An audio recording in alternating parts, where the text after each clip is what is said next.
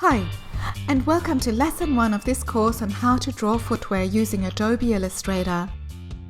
What we're going to do in this first lesson is basically set things up so that our screens look exactly the same. I have supplied you with some quick guide printable resources of the tools and keyboard shortcuts I will use in this course.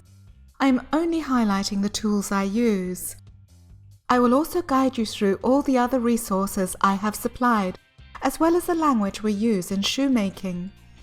Before we start, I would like you to download all the resources I've supplied for Lesson 1. You can open a new blank Illustrator file and work alongside me as I guide you through setting up your shoe drawing workspace.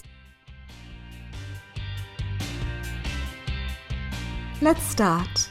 When you look at an open Illustrator file, you will see the Tools panel on the left-hand side of your screen, and on the right hand, you'll see the panels.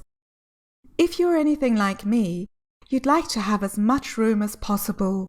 So, the first thing I would do is collapse the panels to icons by clicking on the double arrow on the far right at the top of the panels. Conversely, I make the Tools panel double. The reason I do this is to be able to see all my tools at once. Sometimes when they're in one column, they may disappear off the bottom of the screen, depending on the size of your screen. I also like to add a couple more panels to my panels. To do this, I go to the Window drop-down menu and I open the Align panel, which has Transform and Pathfinder linked panels too. I dock these at the bottom of the other panels. You can see the navy line goes straight across underneath the last panel, indicating I'm docking this panel at the bottom. I'm also going to open up the Type panel. Here, I'll just go to Type and Character, and all the linked panels I require will open. I'll dock these too. From here, we will go to the View drop-down menu and have a look at what we need here. You will notice a check next to some of the items in this menu. Personally, I like to have the following items checked. I like to have Smart Guides and Snap to Point checked. Each time you select an item, the menu closes. I'll demonstrate by selecting Show Rulers so you'll see the menu close. I'll need to open it again to check if my guides are locked. I always make sure my guides are locked. Once again, when I check this option, the menu closes. I'll demonstrate that the guides are locked by dragging a guide from the ruler and trying to select it. As you can see, I cannot move the guide. I'll just delete that using the keyboard shortcut Command Z. Now, let's have a look at the preference options. The preference options are found in the Illustrator CC drop-down menu on macOS and at the bottom of the Edit drop-down menu on Windows OS. In the first option, General, you won't change anything for the time being. The next option we will look at is Units. Here, I change General, the top one, to millimeters, as I have a better spatial understanding of this than I do of points and pixels. You choose the measure that you understand best. Having said that though, I always leave stroke and type unchanged. Following that, I go to Guides and Grid and make sure that I have a grid line every 10 millimeters with 10 subdivisions. Now to Smart Guides. I like to deselect Measurement Label and Object Highlighting, as these can both be confusing. Leave Alignment Guides and Anchor Path labels. Now to User Interface. Personally, I like to have this set on the lightest setting because it works best with these videos, but you can choose whatever interface suits you. Now for Performance.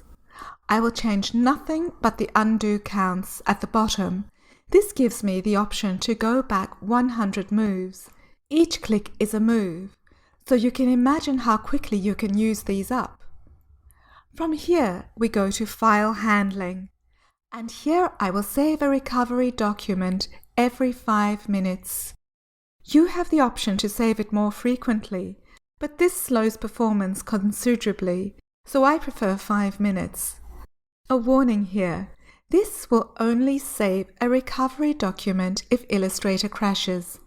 It is not a substitute for saving your file. You always need to save your file. Finally, I will come back to my general options and change keyboard increments to 1 mm, and then click OK. Now let's have a look at the learning resources we'll use in Module 1. There are 4 files. The first file is a PDF cheat sheet with the tools and shortcuts I'll use when doing the course. You may like to print these out and keep them handy. I have also put a hyperlink in this document that will take you to the Adobe Illustrator website for a more in-depth view of the tools and panels. From here, we will look at the template file I'll use to draw the shoe. I have my files stored on Creative Cloud. I have 3 shoe template files, 1 PDF file. Use this if your version of Illustrator is older than CC 2017. 1 .ai file and 1 .ait file. The T means this is a template file. I will use the AIT version, as this will open up as a new untitled file, keeping the original file untouched and safe from accidental save-overs. I usually save this immediately into the folder I am working on for this range. You will notice that the template fits over 2 A3 pages, so you can print this out and hand draw your shoe first. I am using an iPad with the Adobe Sketch application and a stylus to do this drawing. I'm filming at the same time. Please note I'm using the same template as a guide, as this will help a great deal when I'm drawing in Illustrator. It may look a little quirky, but I always find it easier to start my hand drawings upside down. I'll do the side view and the top view because I think that'll give us the best understanding of how this shoe is constructed. I'll also quickly jot down the trims I'm intending for this sandal. Once I finish this drawing, what I'm going to do is place this illustration in the new file I've just created. You can scan and place your illustration into the open file too. To place a file, go to the File drop-down menu and select Place. This will open up your file browser. Find where you have saved your drawing or scan, select this file and click onto Place. A thumbnail will be loaded onto your cursor. Once you click, you will place the image. I will not embed this file, as I am only using it temporarily. Also, embedding the file will make this file bigger. I'll just take down the opacity of the drawing and place it on top of the template so you can see the drawing was created on a template that is the same size. I'll pop that back on the side here. I'm also going to set up the layers now. Keeping the image selected, I go to the Layers panel and open it. I will create a new layer by selecting the new layer symbol. You'll see that there is a red square highlighted in the Layers panel. Click your cursor onto that square and move it up to the new layer. I'm going to create another new layer, which will be my working layer. Next to each layer, you will see a color bar representing the highlight color when something in that layer is selected. I'm going to change the color in the drawing layer. I'll make it light blue because I find that easier for you to see when I'm filming. So, all images are in place on different layers, and all I need to do is finalize the workspace and save this workspace. There are 2 tool panel options I like to have on tap. These are the pen tools and the direct selection tools. Rest your cursor on the black triangle in the corner of the pen tool. Now click to highlight the hidden options. Holding the left mouse button down, drag the cursor across the tools to the end bar to uncouple these tools from the main tools panel. Do the same with the direct selection tool. Do you see how I click onto the double arrow in the decoupled tool panel to make it vertical? Now my workspace is set up. I'm going to save this workspace and give it a name. In the option bar on the far right-hand side of the screen, you will see a drop-down menu option. This takes you to the Illustrator preset Workspaces. Here we will create a new workspace. I will name it Shoe Drawing Workspace and select OK. Now you can totally mess up your workspace and have panels and tools all over the place. All you will need to do is go back to the drop-down workspace menu and reset Shoe Drawing Workspace. Having the rulers showing is something you will have to do with each new file. Go to the View drop-down menu and go to Rulers, Show Rulers. Once you've done this, you can just check that the guides are locked. Now you're ready to start using Illustrator to draw. Just before we start, let's have a quick look at some of the main shoe terminology. On the left-hand side of the screen, we have a man's boot, and on the right-hand side, the woman's sandal we'll be drawing. I'll go through the man's boot because it gives you a better idea about this terminology in footwear. Starting with the back of the shoe. The counter. This encompasses the heel area to the counterpoint and forms a support for the heel of the shoe. The quarter. The back portion of the shoe that goes over the counter and joins at the back seam. The toe cap or box. The area of the shoe that holds the toes. Upper vamp. The forepart of the shoe upper, anything above the sole that is stitched together. The throat.